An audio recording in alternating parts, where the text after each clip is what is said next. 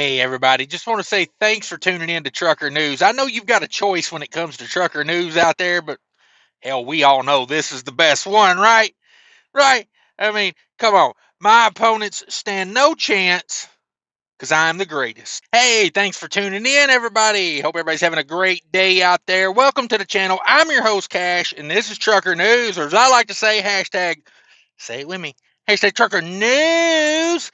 Yeah, I'm an illiterate truck driver. I'm going to read these news stories to you the best I can. You're going to have to just give me a little patience. I ain't the best reader in the world, but I got the good stories for you, and I bring it to you with heat, okay? A lot of these other corporate news people on YouTube, they don't bring it to you like I do, as I said in the ad before. All right, what do we got first? Semi-truck container chassis breaks in half, smashes into highway divider. Come on. 91-year-old company rebrands, hires former Jack Cooper and Yellow leadership after being sold by DHL. Supervisor was sentenced to 5 years after ignoring driver's safety concerns the night before fatal crash. There you go. Truckers get another shot to speak their minds to the FMCSA about broker transparency. And truckers could save 40 minutes through North Carolina with potential speed limit increases. Come on. 7 former Yellow terminals have been purchased for over $15 million. We'll see what's going on there. DUI driver rammed a parked rig so hard it flipped in the Love's parking lot. Damn it, boy. And a level 2 commercial vehicle inspection leads to the discovery of $1.1 million in cash. Shouldn't be anything illegal about that, but they also got caught with 183 pounds of marijuana and a little bit of personal cocaine. We'll get into it. Stick with me. Here we go. Semi-truck container chassis breaks in half and smashes into highway divider. I blame the roadway. These sumbitching roads out here are so rough these days, I don't see how we even go up and down them anymore without breaking everything. A truck driver crossing a bridge in Louisiana had his very bad day caught on traffic camera in the incident with his container chassis. The accident was filmed on February 17th on Interstate 10, Calcasieu River Bridge in Louisiana. Yeah, buddy, in the video, you can see the truck is hauling an empty container chassis when it appears to break in half. The back end of the chassis then smashes into the highway divider wall, throwing up dust until the semi-truck finally comes to a stop, straddling both lanes with the back end of the chassis on the opposite side of the interstate.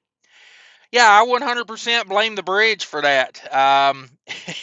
They've got to do some work on these roads out here. Anybody been on I-24 in Tennessee lately? Lord have mercy, I did that yesterday.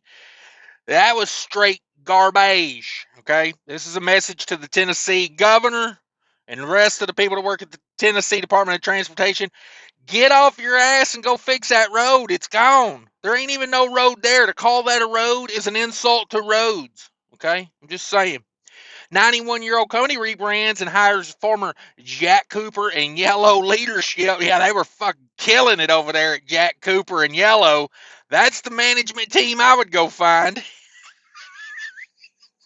Oh, nearly a century-old trucking company will be killed by these fools. Sorry, allegedly.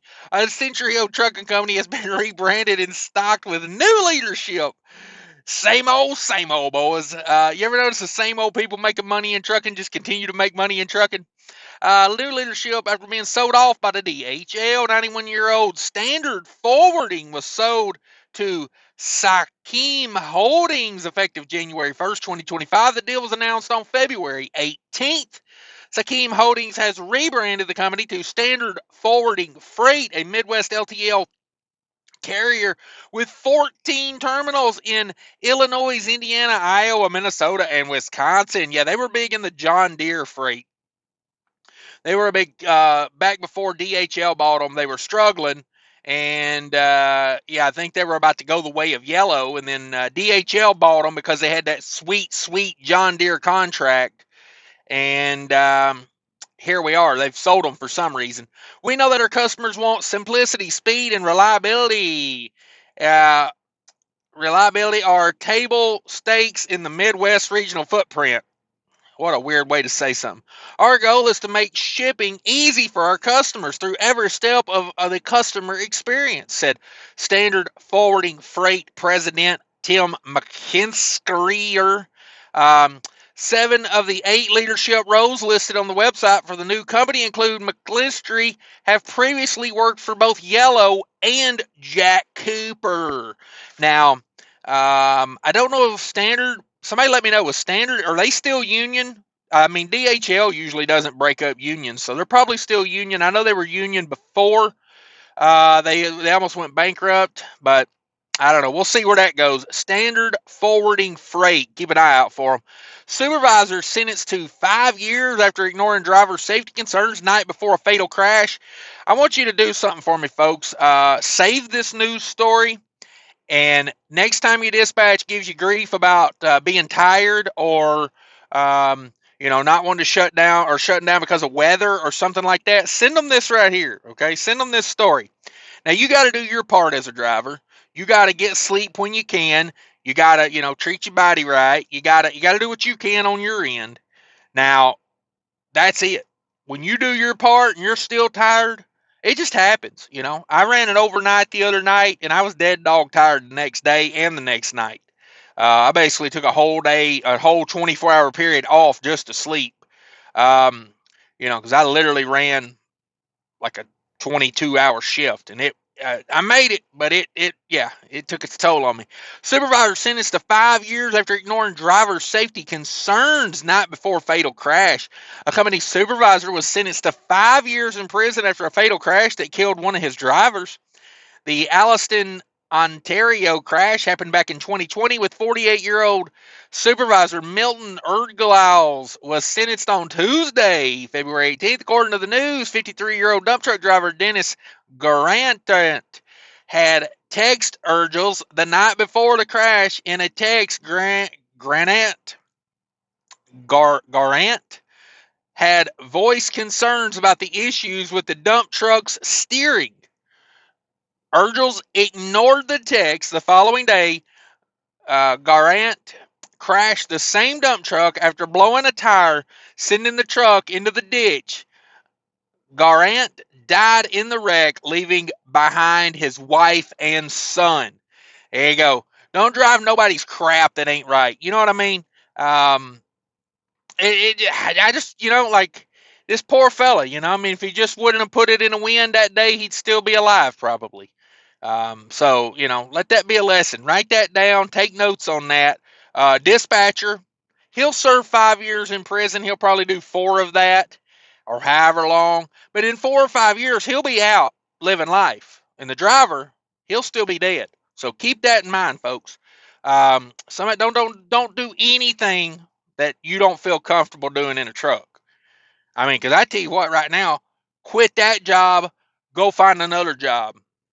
Save those text messages where you voice concern about safety and take that to your next job with you. When they ask you why you don't work there anymore, show them that chain of text messages. Say, I'm a very safety-oriented driver, and them fools ain't. I don't think you'll have a problem getting a job if you do that. Truckers get another shot to speak their minds at the FMCSA on broker transparency. Oh, God, I can't wait for this. We need broker transparency. These wet-lipped idiots out here, I understand freight. If we just had freight straight from the customers, they don't want to deal with you. That's why they put a broker in between you and them. You don't get it. You don't get it. But whatever. The Federal Motor Carrier Safety Administration is giving truckers extra time to share comments on a rule proposed that seek to increase transparency in freight broker and motor carrier transactions. Now, I'm not against, some transparency there, like to make sure we're not getting double brokered and things like that. I think things like that are legitimate. But to say I need to know how much the broker's making on a load before I'll haul that load, that's just not right. It's just not right because I don't want the receiver or the shipper to know how much I'm making on the load. You know what I'm saying?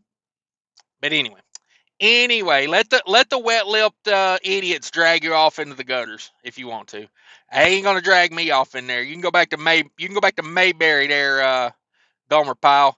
The FMCSA announced the comment period on the Transparency in Property Broker Transactions Rule proposal will reopen to allow trucking industry stakeholders additional time to share their comments. Whew. Oh, I can only imagine those. I can only imagine those voicemails that get left on that line. Truckers could save 40 minutes through North Carolina with potential speed limit increase. Come on, baby. The new proposed speed limit increase through North Carolina could benefit truck drivers passing through the area. Come on. The bipartisan bill would introduce this week. The bill would also change license supervision rules for speed violations.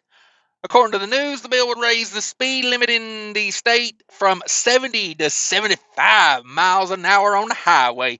The bill would also lead to potential license suspensions for drivers caught driving over 85 mile an hour on roadways with a 75 mile an hour speed limit.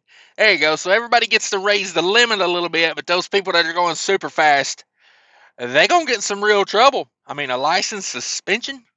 The license suspension rule for speeding would only apply to violations on or after December 1st, 2025. Supporters of the bill say that the increased speed limit would save time for important jobs such as trucking. For example, the speed limit change could reduce a trucker's round trip from Wilmington to Asheville by 40 minutes.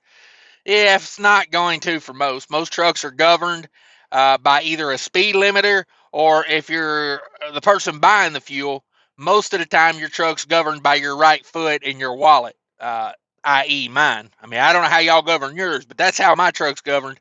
I ain't running no 75 mile an hour chewing up tires and burning unnecessary diesel fuels. It ain't happening in North Carolina. But hey, more power to them. If that's what they want to do, I ain't against it. 7 former yellow terminals been purchased for over $15 million in a deal with several trucking companies. Come on. 7 former yellow terminals was purchased by 3 different companies for a total of $15 million this week. Court approval deals between yellow administrators and the trucking companies was sought on February 11th. Knight Swift paid $9.9 million for their Downey, Santa Maria, and San Diego, California terminals, as well as their Roanoke, Virginia facility.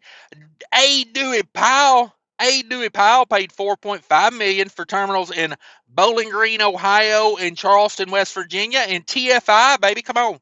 TFI paid $700,000 for a terminal in Fayetteville, North Carolina. There you go. They're going to eventually get all that yellow sold off. All 3 companies are reportedly looking to expand their LTL operations ahead of an expected freight market turnaround. I'll believe it when I see it, boys. Believe it when I see it. A DUI driver rammed a parked rig so hard it flipped over in the Love's parking lot. Are you out your mind? Are you out your mind? This feller here says, hey, well, not this feller, but this feller did it. And they say, a truck driver was arrested for multiple charges, crashing into another semi-truck at the Love's parking lot on Tuesday evening. The incident occurred about 9 p.m. on February 11th at the Love stop in Grand Junction, Colorado.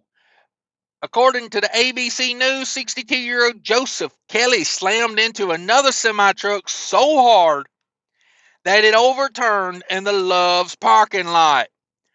Wow. Both truck drivers were taken to a nearby hospital for evaluation. Information on their injuries has not been released. Kelly was arrested on a DUI and careless driving charges and is being held in Mesa County Detention Facility. That little scoundrel right there. I mean, you got to hit a damn parked truck pretty damn hard. I mean, you got to be real drunk, in my opinion. You know, he wasn't just a little bit of drunk. He was a lot of bit of drunk, it sounds like here. I'm just saying. Damn it, I'm just saying. Level 2 commercial motor vehicle inspection leads to discovery of $1.1 million in cash, 183 pounds of marijuana, and some cocaine. Louisiana State Police arrested a semi-driver on drug trafficking charges after the commercial motor vehicle inspection uncovered large amounts of drugs and cash. Around 9:30 a.m. February 14th, Louisiana State Patrol stopped a semi-truck on Louisiana 415 north of the I-10 in Port Allen. The trooper conducted a level 2 inspection on the 2019 International Harvester tractor trailer. It's weird that they put it like that, the International Harvester tractor trailer. Um, During the inspection, the trooper observed a white plastic bag on the floor of what appeared to be a large sum of cash. Damn it, boy, you gotta hide that a little better, I reckon. With assistance from the Baton Rouge Sheriff's Office, you like how I did that? I got the true Louisiana Baton Rouge in there. Search was conducted on the tractor trailer. Search uncovered 1.1 million in U.S. currency, approximately 183 pounds of marijuana, and approximately 7 grams of cocaine. Well, hell, that was just to get the drive, that was just to get her there. Truck driver Lenny Colado of Charlotte, North Carolina, was arrested on possession with the intent to distribute marijuana and synthetic cannabinoids and transactions involving proceeds from drug offenses. Yeah, boy, you can't be riding around with that drug money on you. That's a bad look. I mean, wouldn't you be smart enough to get to defy the damn floorboard? You know what I mean? Let me just lay 1.1 million right here in my floorboard. Nobody will ever notice that, right? I mean, you got to think to yourself sometimes, how do drugs even get where they're going? It seems like some of these people are so dumb. It's like, I used to watch that show Cops. You always see that guy getting busted because he got a tail light out. You got 12 pounds of Colombian Bam Bam in the trunk and you riding around with a tail light out. I mean, you would have got there no problem. Fix a tail light. It's a $2 bulb, buddy. Just like this guy.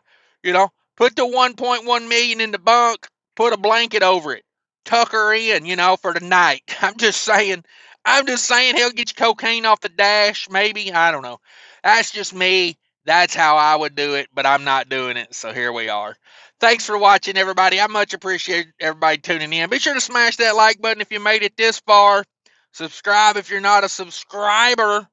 And leave me some comments. I'm bored. I need something to do. Read comments. Thanks, everybody. Hope you have a great day. Take care of each other out there. And remember, people are more important than trucking. Hi, I want to talk to you real quick about the ES Advantage card. Do you need discounts at major truck stop chains? They got them. Do you need discount on shop rates at TA and Love's? They got them. Tire discounts. They even got health insurance now. Click the link down below. Easy application, no credit check. Sign up. They give you a call back.